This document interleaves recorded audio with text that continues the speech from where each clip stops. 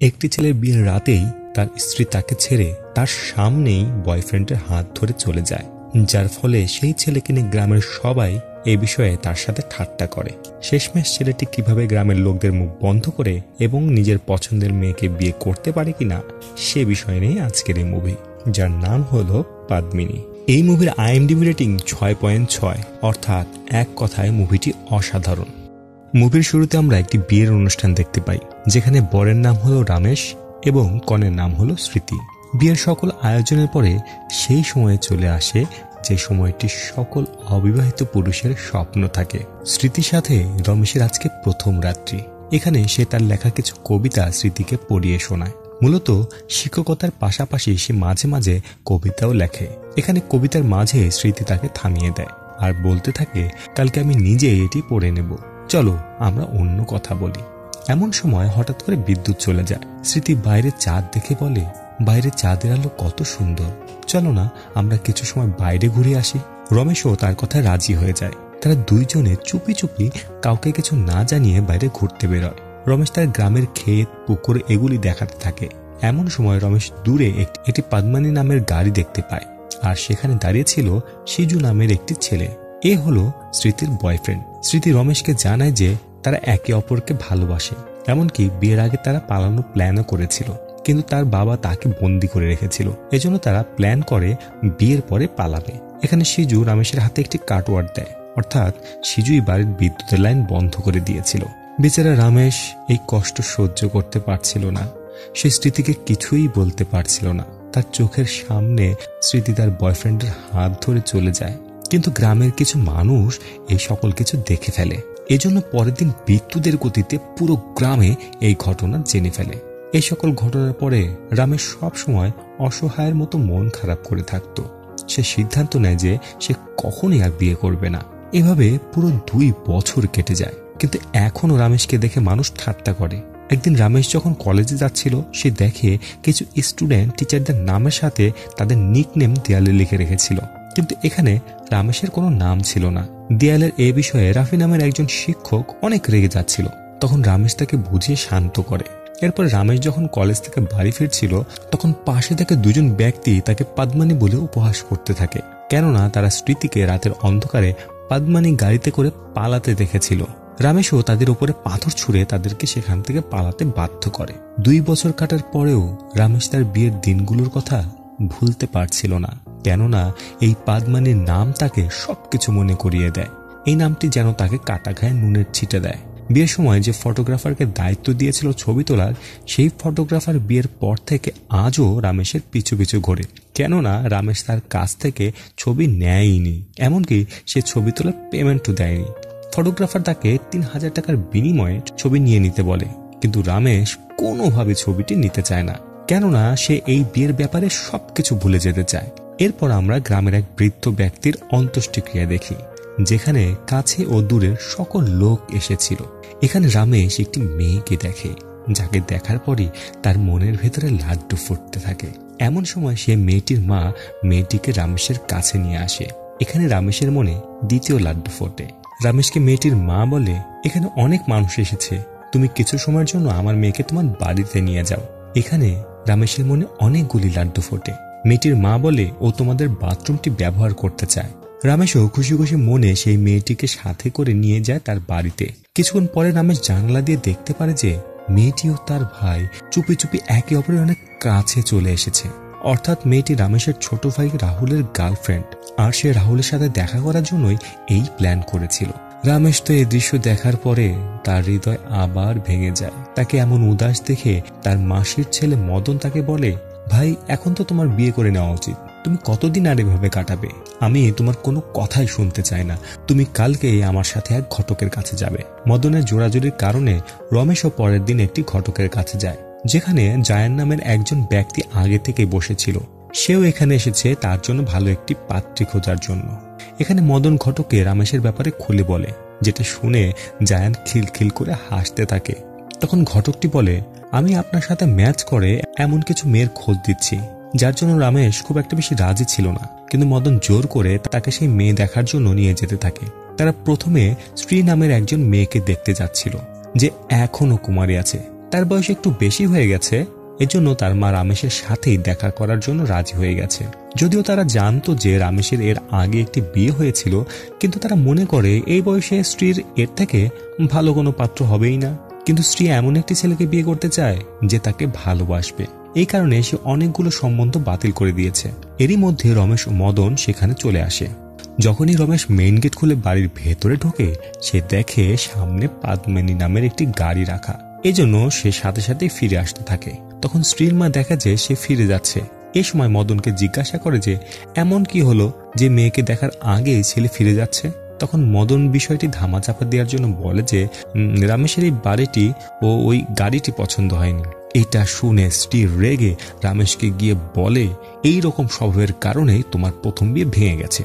এই কথা শুনে রমেশ অনেক রেগে বলে, আমার তো তাও বিয়ে হয়েছে, তুমি তো বুড়ি হয়ে যাচ্ছ, তোমার এই স্বভাবের কারণে তো তোমাকে কেউ পছন্দই করে না। এটা শুনে স্ত্রী দৌড়ে তার ঘরের ভেতরে যায়। যে ছেলেগুলো তাকে বিয়ে করার জন্য পিছু পিছু ঘুরছিল তাদের প্রোফাইল নিয়ে আসতে, কিন্তু এসে দেখে ততক্ষণে রমেশ সেখান থেকে চলে গেছে। যাবার সময় রমেশ বাকি মেয়েদের প্রোফাইলগুলো ছিঁড়ে বলতে থাকে, আমি আর কোনো মেয়েদের সাথে দেখাই করব না, যে আমার কপালে আছে সে এমনিতে আমার জীবনে চলে আসবে। এরপর আমরা রমেশের কলেজ দেখি, যেখানে পদ্মিনী নামের একজন শিক্ষিকা এসেছে। শিক্ষিকা যখন চলে যাচ্ছিল তখন দূর থেকে রাফি জোরে পদ্মিনী বলে তাকে ডাকে। সেই সময় রমেশও সেখানে ছিল। সে মনে করে কেউ হয়তো তাকে রাগানোর জন্য পদ্মিনী বলে ডেকেছে, তাই সে রেগে কোনো কিছু না ভেবেই গিয়ে রাফিকে মারতে শুরু করে। মার খেয়ে রাফি বলতে থাকে, প্রিন্সিপাল আমাকে ডাকতে বলেছিল। সে পুরো কথা না শোনার আগেই প্রিন্সিপালকেও নাকে ঘুষি মারে। এই জন্য প্রিন্সিপাল রমেশের মাকে ডেকে পাঠায়, তার সাথে মদন এসেছিল। এখানে মদন প্রিন্সিপালকে সকল ঘটনা খুলে বলে যে কেন রমেশ পদ্মিনীর নাম শুনে রেগে গিয়েছিল, কিন্তু তা সত্ত্বেও প্রিন্সিপাল রমেশের বিরুদ্ধে অ্যাকশন নিতে চায়। এই জন্য মদন তার উপরে কিছুটা রেগে যায়, তাই প্রিন্সিপাল তাকে শাস্তি স্বরূপ বাইরে নীল ডাউন করে বসিয়ে রাখে। রমেশের মা প্রিন্সিপালকে কোনো না কোনো ভাবে শান্ত করিয়ে সেখান থেকে বের হয়। এরপর রমেশ কিছুদিন কলেজে না আসার সিদ্ধান্ত নেয়। এই সময়ের মধ্যে পদ্মিনী রাফির কাছ থেকে রমেশের সম্পর্কে অনেক কিছু জানতে পারে। ওদিকে আমরা জায়ানকে দেখি যে এখনো বিয়ের জন্য মেয়ে দেখছিল। সে একজন তোষক কোম্পানির মালিক। সে বিয়ের জন্য প্রায় 50টি মেয়ে দেখেছে, কিন্তু কোনো মেয়ে তার সাথে জমে নেই, কেননা সে সবসময় মেয়েদের ফোন চেক করত। এর জন্য সকল মেয়ে তাকে না বলে দিয়েছে। পরদিন জায়ান স্ত্রীকে দেখতে যায়। এখানে জায়ান যে বিছানায় বসেছিল সে বিছানার তোষক দেখে বলে, আরে এটা তো আমার কোম্পানির তোষক। স্ত্রী তাকে বলে, আমি তোমাকে একটি কথা বলতে চাই। তখন জায়ান বলে, বলতে হবে না, আমি জানি তুমি কি বলতে চাও। তুমি আসলে বিশ্বাসই করতে পারছো না যে এত বড় একটা তোষক কোম্পানির মালিক তোমাকে দেখতে এসেছে। তাই স্ত্রী রেগে সাথে সাথে তাকে বাড়ি থেকে বের করে দেয়। কিন্তু জায়ান স্ত্রীকে পছন্দ করে ফেলে। সে ভাবে যদি বিয়ে করতে হয় তাহলে এই মেয়ে কি করবে, তাই সে বিভিন্ন উপায়ে স্ত্রীর মন পাওয়ার জন্য চেষ্টা করতে থাকে। মূলত স্ত্রী একজন ডিভোর্স লয়ার। জায়ান যাকেই পায় তাকে স্ত্রীর কাছে কেসের জন্য পাঠায়, আর তারা এসে জায়ানের অনেক সুনাম করতে থাকে। আবার কোনো সময় কিছু বিছানার তোষক তার বাড়িতে পাঠায়, এমনকি মাঝে মাঝে সেও তার সামনে গিয়ে তাকে পটানোর চেষ্টা করে। যে বিষয়গুলো দেখে স্ত্রীর অনেক ভালো লাগে। অবশেষে সে জায়ানের সাথে বিয়ে করার জন্য রাজি হয়ে যায়। একটা সময় জায়ান তাকে কাজ করার জন্য নিষেধ করে, কেননা সে পছন্দ করে না যে স্ত্রী বাইরে গিয়ে কাজ করবে। তখন স্ত্রী বলে, এই কাজই এতদিন আমার ঘরকে বাঁচিয়েছে, তাই আমি এই কাজকে কখনোই ছাড়বো না। তখন জায়ান বলে, ঠিক আছে, ছাড়ার দরকার নেই, কিন্তু নিজের খেয়াল রেখো। এদিকে রমেশ কলেজে যাওয়া শুরু করেছে। একটা সময় সে লাইব্রেরিতে তার কবিতা লেখা বইটি নিতে যায়, কিন্তু সে দেখে তার বইটি পদ্মিনী পড়ছিল। এটা দেখে সে সেখান থেকে চলে যাচ্ছিল, ঠিক তখনই পদ্মিনী তাকে ডেকে সেই বইটি রমেশের হাতে দিয়ে মুচকি হেসে সেখান থেকে চলে যায়। বইটির ভেতরে রমেশ একটি চিঠি পায়, যেখানে লেখা ছিল, বলুন তো আমার নাম যে পদ্মিনী, এটা আমার কি দোষ? এরপরে আপনাকে যদি কেউ পদ্মিনী বলে বিরক্ত করে তাহলে মনে করবেন এই কলেজে পদ্মিনী নামের আপনার একজন বন্ধু আছে, আর হাসি মুখে আপনাকে অনেক ভালো দেখায়। এই চিঠি পড়ার পরে রমেশ যেন স্বর্গে ভাসতে থাকে। এরপরে পদ্মিনীর সাথে সে প্রায়ই দেখা করে, আর খুব দ্রুতই তারা একে অপরকে ভালোবাসতে শুরু করে। এখন যদি কেউ রমেশকে পদ্মিনী বলে বিরক্ত করে, তখন সে তার নামের সাথে পদ্মিনীর নাম বলার কারণে আরো বেশি খুশি হয়। দ্রুতই রমেশ তার পরিবারকে নিয়ে পদ্মিনীর বাড়িতে সম্বন্ধ নিয়ে যায়। পদ্মিনীর পরিবারও স্বাচ্ছন্দ্যে রাজি হয়ে যায়। পদ্মিনী আগে থেকেই রমেশের প্রথম বিয়ের কথা তাদেরকে জানিয়ে দিয়েছিল, এতে তাদের কোনো সমস্যা নেই। এখানে পদ্মিনীর আঙ্কেল রমেশকে জিজ্ঞাসা করে যে তোমার কি প্রথম স্ত্রীর সাথে ডিভোর্স হয়ে গেছে? যদি না হয়ে থাকে তাহলে দ্রুত ডিভোর্স করিয়ে নাও, তারপরই আমাদের মেয়েকে তোমার সাথে বিয়ে দেব। স্মৃতি যখন পালিয়ে গিয়েছিল তারপর থেকেই এই ডিভোর্সের ব্যাপারে রমেশ কখনো ভাবেইনি। আপাতত পদ্মিনী রমেশকে তার উকিল বান্ধবীর সাথে কোর্টে গিয়ে দেখা করতে বলে, যে ছিল শ্রী। এখানে রমেশকে দেখে স্ত্রী তার কেস নিতে চাচ্ছিল না, কিন্তু সে এখনো পর্যন্ত কোনো ডিভোর্স কেসই জেতেনি, তাই তাকে নতুন কেস দেওয়ার মতো কেউ ছিলও না। এজন্য বাধ্য হয়েই রমেশের কেস নেয়, আর এমন ভাব নেয় যে যেন পদ্মিনীর কথাতেই কেসটি নিয়েছে। রমেশও স্ত্রীর কাছে কেস দিতে রাজি হচ্ছিল না, কিন্তু পদ্মিনীর জন্যই কেস দিতে বাধ্য হয়। এখানে স্ত্রী রমেশকে বলে যে তুমি তোমার স্ত্রীকে এখানে নিয়ে আসো, দুজনের সই নিয়ে আমি মিউচুয়াল ডিভোর্সের জন্য অ্যাপ্লাই করে দেব। বেচারা রমেশ তো এটাও জানতো না যে বর্তমানে স্মৃতি এখন কোথায় আছে। এজন্য সে মদনকে সাথে করে নিয়ে স্মৃতির বাড়িতে যায় তার ব্যাপারে খোঁজ করার জন্য। এখানে রমেশ আশা করে যে তার সাথে ঘটে যাওয়া বিষয়ের কারণে স্মৃতির বাবা হয়তো তার পা ধরে কান্নাকাটি করবে, কিন্তু এখানে পুরো উল্টো ঘটনা ঘটে। স্মৃতির বাবা রমেশকে দেখেই তার উপরে রেগে যায় আর বলতে থাকে যে আমি কত কষ্ট করে তাকে বাড়িতে আটকে রেখেছিলাম, কোথাও যেতে দেয়নি, আর তুমি কিনা এক রাতেই তাকে ভাগিয়ে দিলে। তুমি এক্ষুনি এখান থেকে চলে যাও। তাদের কথা শুনে রমেশ দ্রুত সেখান থেকে চলে যায়। রমেশের ভাই রাহুল ও পদ্মিনী সোশ্যাল মিডিয়াতেও স্মৃতিকে খোঁজার চেষ্টা করে, কিন্তু কোথাও তারা কোনো সন্ধানই পায় না। তাই পরের দিন রমেশ ও পদ্মিনী একসাথে স্ত্রীর কাছে যায়। যাবার সময় চুপ করে রমেশ স্ত্রীকে ফোন করে বলে, প্লিজ তুমি ভুলেও যেন পদ্মিনীকে বলো না যে আমি তোমাকে দেখতে গিয়েছিলাম। স্ত্রীও তার কথা মেনে নেয়। এরপর তারা দুজনে মিলে স্ত্রীর সাথে দেখা করে। স্ত্রী বলে আমরা স্মৃতিকে ছাড়াই আপিল করে দেই, তারপরে জজকে তোমার সমস্যার কথা খুলে বলবো, আশা করি তিনি বুঝতে পারবেন। এই সময় স্ত্রী রমেশের কাছে স্মৃতির একটি ছবি চায়, কিন্তু তার কাছে তো কোনো ছবি নেই, তাই সে ছবির জন্য ফটোগ্রাফারের কাছে যায়। এই সুযোগে সেই ফটোগ্রাফার 3000 টাকার বিনিময়ে অ্যালবামটি রমেশকে দিয়ে দেয়। পরের দিন রমেশ ছবি দেওয়ার জন্য স্ত্রীর কাছে যায়। সে সময় সেখানে পৌঁছায় জায়ান। জায়ান ঘটকের সাথে দেখা করার সময় রমেশকে দেখেছিল, তাই সে তার সম্পর্কে ভালো করেই জানত। এখানে জায়ানকে দেখে রমেশ স্ত্রীকে জিজ্ঞাসা করে, তাহলে এই কি তোমার হবু বর? একথা শুনে স্ত্রী কিছুটা লজ্জা পেয়ে যায়। রমেশ একটু মুচকে হেসে স্ত্রীকে বেস্ট অফ লাক বলে সেখান থেকে চলে যায়। রমেশ যাওয়ার পরে জায়ান স্ত্রীকে এই কেস ছেড়ে দিতে বলে। এখানে স্ত্রী বলে, এই কেস আমার বান্ধবী পদ্মিনী দিয়েছে, তাই ছাড়ার কোনো প্রশ্নই ওঠে না। এখানে আমরা লক্ষ্য করি যে জায়ান প্রায়ই স্ত্রীর মোবাইল চেক করতে থাকে, এমনকি সে এও চায় যে তার ফোনে সে যেমন স্ত্রীর ছবি ওয়ালপেপারে দিয়েছে, স্ত্রীও যেন তার মতোই জায়ানের ছবি তার মোবাইলে ওয়ালপেপার করে। এদিকে রমেশের প্রথম শুনানিতে জজ রমেশকে বলে যে আগামী ডেটে অবশ্যই স্মৃতিকে এখানে হাজির করতে হবে, তখনই তুমি ডিভোর্স পাবে। কিন্তু রমেশ তো জানতোই না যে স্মৃতি আসলে কোথায় আছে। এদিকে পদ্মিনীর বাড়ির লোকেরাও পদ্মিনীকে দ্রুত বিয়ে দিতে চায়। যদি রমেশ ডিভোর্স দিতে না পারে তাহলে পদ্মিনীর পরিবার তাকে অন্য কোথাও বিয়ে দিয়ে দেবে। এজন্য রমেশ অনেক চিন্তায় পড়ে যায়। এদিকে দুজন একসাথে রেস্টুরেন্টে ছিল।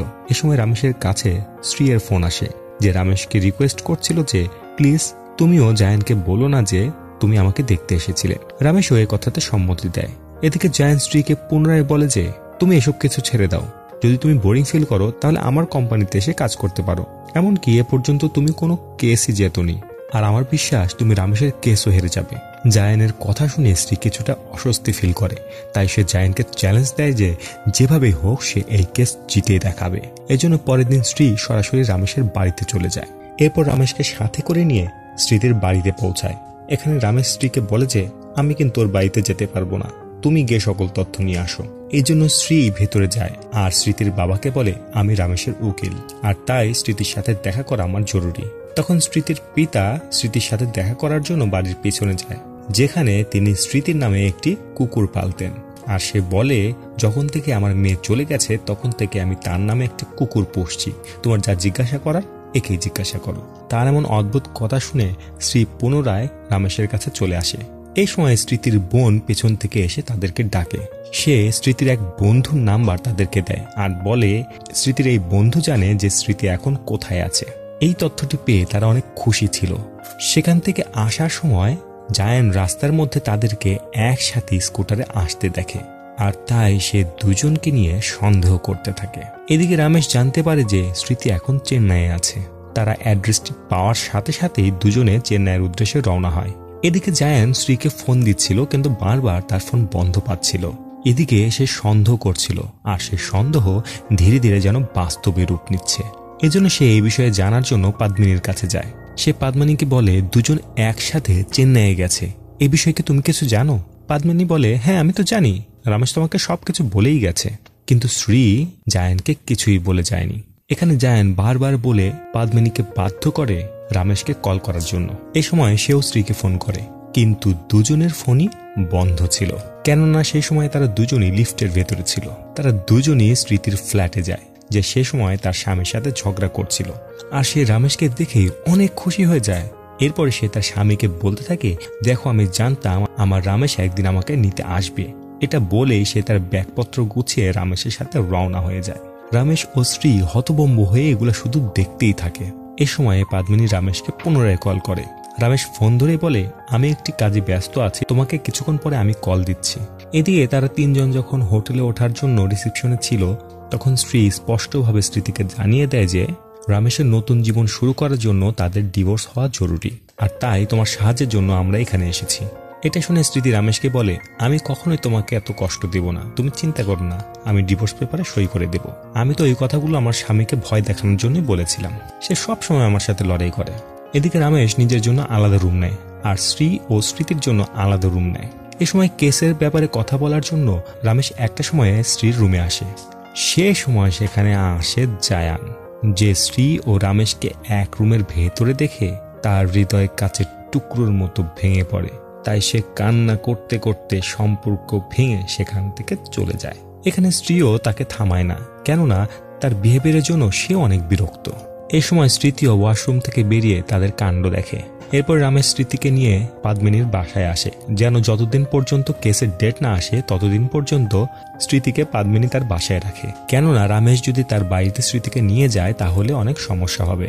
এজন্য না চাওয়া সৎ পদ্মিনী স্মৃতিকে তার বাড়িতে রাখতে রাজি হয়ে যায়। কিন্তু রমেশ যখন বাড়ি ফিরছিল তখন সে জানতে পারে তাকে নিয়ে স্মৃতি ও পদ্মিনীর মধ্যে ঝগড়া বেঁধে গেছে। সে দ্রুত সেখানে যায়। সে গিয়ে দেখে সত্যি সত্যি তাদের মধ্যে ঝগড়া হচ্ছে। পদ্মিনী তো স্মৃতিকে বাড়ি থেকে চলে যেতেই বলে দিল। স্মৃতিও কম নয়, সে সকলকে শুনিয়ে শুনিয়ে বলতে থাকে, যাচ্ছি আমি আমার স্বামীর বাড়িতে, কেননা লিগালি আমি এখনো তার স্ত্রী। এত কিছুর পরেও যদি তোমার সাথে তার বিয়ে হয় তাহলে তুমি হবে দ্বিতীয় স্ত্রী। তার এই কথাগুলো পদ্মিনীর অনেক কষ্টে লাগে, তাই উপায় না পেয়ে স্মৃতিকে তার বাড়ি নিয়ে যায়। এরপর পদ্মিনী রমেশকে বলে, ও যখন আমাকে এত কিছু শোনাচ্ছিল তুমি একটি বারের জন্য তাকে কিছুই বললে না। তখন রমেশ পদ্মিনীকে বোঝানোর চেষ্টা করে যে যদি আমি তাকে কিছু বলতাম তাহলে হয়তো সে কোর্টেই যেত না। যতদিন না পর্যন্ত ডিভোর্স হচ্ছে ততদিন পর্যন্ত তার সাথে ভালো ব্যবহার করতেই হবে। এখানে পদ্মিনী রেগে বলে, পরের ডেটে যদি তোমার ডিভোর্স না হয় তাহলে তুমি আমাকে ভুলে যেও। অবশেষে কোর্টের সময় আসে, কিন্তু যখন কেস নিয়ে জজের কাছে যাবে তখন হঠাৎ করে স্মৃতি কাউকে কিছু না বলে পালিয়ে গেছে। এটা দেখে জজ রমেশকে আর একটি ডেট দেয়, কিন্তু এর ফলে পদ্মিনী ও রমেশের সম্পর্ক ভেঙে যায়। পদ্মিনী চুপচাপ সেখান থেকে চলে যায়, আর তার আঙ্কেল রমেশকে হুমকি দেয় যে যদি আমি তোমাকে পদ্মিনীর আশেপাশে দেখেছি তাহলে তোমার অবস্থা ভালো হবে না। বেচারা রমেশ চুপচাপ একটি গাছের নিচে বসে হাউতাশ করা ছাড়া কিছুই করার ছিল না। তার জীবনে আনন্দ আসতেই যাচ্ছিল, কিন্তু পুনরায় সবকিছু শেষ হয়ে গেল। এই সময় স্মৃতি রমেশের কাছে আসে। সে রমেশকে বলে যে আমি জিতুকে শিক্ষা দেওয়ার জন্য তোমার সাথে এসেছিলাম, কিন্তু সে একবারের জন্য আমাকে নিতে আসলো না। এমনকি সে নাকি অন্য কাউকে বিয়ে করছে।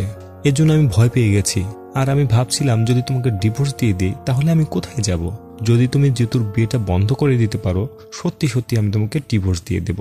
এত কিছু শুনেও রমেশ কোনো রিয়াক্ট করে না। তখন স্ত্রী তার পদ্মিনী গাড়ি নিয়ে রমেশের কাছে আসে। এর কিছুদিন পরে আমরা দেখি সিজুর মনীষা নামের একটি মেয়ের সাথে বিয়ে হয়ে গেছে। এখন সে তার নতুন স্ত্রীর সাথে একটি ঘরে আছে। এমন সময় কারেন্ট চলে যায়। অন্ধকার ঘরে সিজু টর্চ চালায়। সে দেখে সেখানে মনীষা নেই, আছে তার প্রথম স্ত্রী স্মৃতি। এটা দেখেই সে চিৎকার করে বাইরে চলে আসে। এখানে স্মৃতি সিজুর সকল ঘটনাই সবাইকে বলে দেয়। এজন্য মনীষার পিতা সিজুকে মারতে থাকে। এখানে রমেশ এসে পরিবেশ শান্ত করে সিজু আর স্মৃতিকে এক করে দেয়, আর তাদের হাতে ইলেকট্রিক ফিউজ ধরিয়ে দেয়। অবশেষে স্মৃতির সাথে সিজুর মিল হয়ে গেল। ঠিক তখনই মনীষা সেখানে নাটক করতে শুরু করে। বলতে থাকে, এই অবস্থায় আমাকে এখন কে বিয়ে করবে, আমার তো জীবন শেষ হয়ে গেল। কিন্তু রমেশ তো তাকে আগে সবকিছু খুলে বলেছিল, তা সত্ত্বেও সে এইভাবে ওভার অ্যাক্টিং কেন করছে? তখন তার বাবা বলে, আচ্ছা মা, ঠিক আছে, তুই যাকে বলবি আমরা তার সাথেই তোর বিয়ে দিব, তাও এমন করিস না। তখন সে তার মোবাইল থেকে একটি ছেলের ছবি দেখিয়ে বলে, আমি একে বিয়ে করব। অর্থাৎ এই ছেলের সাথে বিয়ে করার জন্যই সে এত নাটক করছিল। আর ডিভোর্সের ব্যাপারে সে তো স্মৃতি আরামেই এখন সই করে দেবে। এই কথাগুলো বলতে বলতেই শ্রী ও রমেশ পদ্মিনী গাড়িতে উঠে বসে।